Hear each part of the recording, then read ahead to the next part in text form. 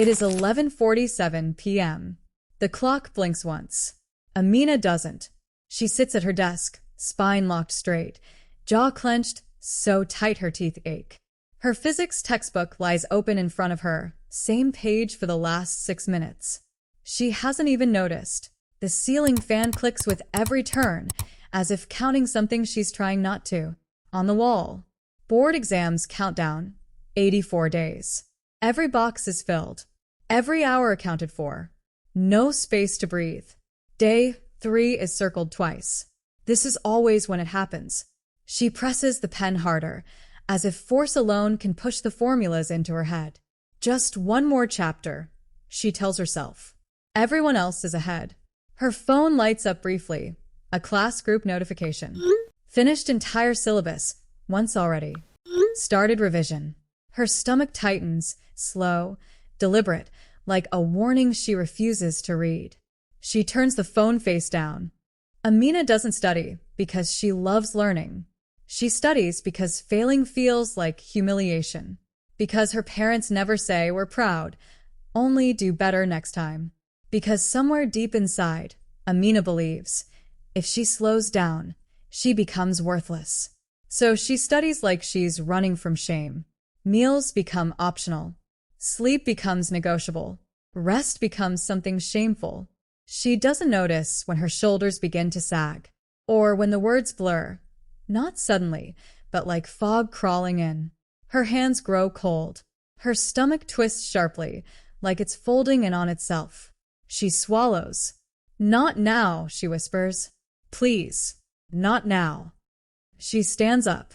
The room tilts, not enough to fall, just enough to threaten. Her heart starts racing for no reason at all. By 12:30 a.m., she's on her bed, fully clothed, books still open across the room like abandoned evidence. Her skin burns. A low fever hums under her ribs. She stares at the ceiling. Day 3. It's always day 3. The clinic smells like sanitizer and impatience. The doctor scrolls through her reports. Scrolls again. Pauses. Nothing dangerous, he says carefully. Amina exhales, then freezes. But this keeps happening because something is being ignored. He adds. What? She asks. He doesn't answer, just hands the file back and moves to the next patient. Students your age push beyond limits, he says instead. Stress. That word again. Amina nods, polite, silent. But inside her chest, something sinks. At home, Amina sits on the floor, back against her bed. Her notebook lies open, blank. Her lunch plate sits untouched beside her. Ibrahim notices immediately. He always does. Ibrahim is her older brother, final year of college.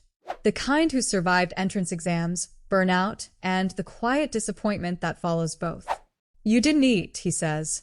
I'm not hungry. That's what you said yesterday. She doesn't reply. This always happens. Amina blurts suddenly. Every time I try seriously, my body ruins everything. Her voice cracks despite her effort to stay calm. It's like I'm cursed. İbrahim sits beside her. It doesn't stop you on day 1, he says gently. Or day 2. She looks at him. It waits, he continues, until you start hating yourself. The words land too accurately. Ibrahim unlocks his phone. The screen lights up with a video from the Hikmah path. A calm voice speaks. The Prophet ﷺ warned against excess, even in worship. He told the companions, your body has a right over you. Amina's throat tightens. The voice continues. Burnout is not laziness. Sometimes it is the body begging you to stop hurting it. Ibrahim pauses the video. You don't study to succeed, he says quietly. You study to escape guilt. Silence. Then Amina whispers, I'm scared I'll fall behind. İbrahim nods. And you're destroying yourself to stay ahead. That night, Amina couldn't sleep. She replays everything. The skipped breakfasts, the headaches she ignored, the way rest makes her feel ashamed. She finally admits the truth. She isn't disciplined. She's terrified. Terrified of disappointing everyone. Terrified of being ordinary. terrified of slowing down. Her body isn't weak. It's defending her. The next morning, Amina does something unfamiliar. She makes wudu slowly. She prays 2 rak'ah, asking only one thing, Ya Allah, help me study without hating myself. She sits near the window, sets a 25-minute timer. When it rings, she closes the book. Her heart panics. This isn't enough. You're wasting time. But her body stays calm. She eats healthy. Later that evening, Ibrahim sees her stretch, drink water, and stop studying before exhaustion hits. You're not sick, he says. I stopped fighting myself, she replies. He smiles. That's Sunnah. The exams are still 2 weeks away. Amina's desk no longer looks like a battlefield. A single line is written neatly at the top of her notebook. Seek understanding. Leave outcomes to Allah. She studies now in daylight, not because she is disciplined, but because her body finally trusts her. She pauses between paragraphs. Write questions in the margins. Why does this matter? What does this connect to? When her focus fades, she stops. No guilt. No panic. She remembers something she once heard on the Hikmah path. Allah does not burden a soul beyond what it can bear. She used to hear that as comfort. Now she hears it as instruction. One afternoon, her phone vibrates. A message from a junior student. Sis, I don't understand this chapter at all. I feel stupid. Amina stares at the screen. This is how she used to speak to herself. She opens her laptop. Not to study. To explain.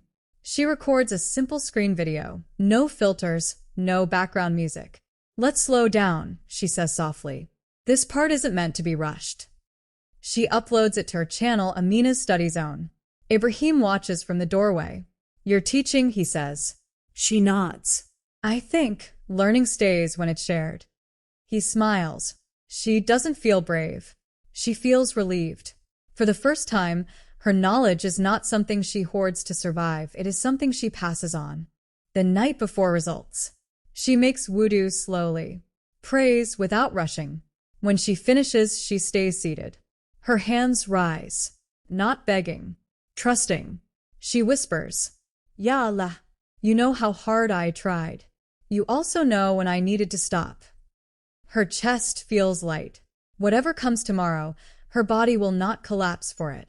Because she finally understands something the Prophet ﷺ lived by. Balance is not weakness. It is mercy.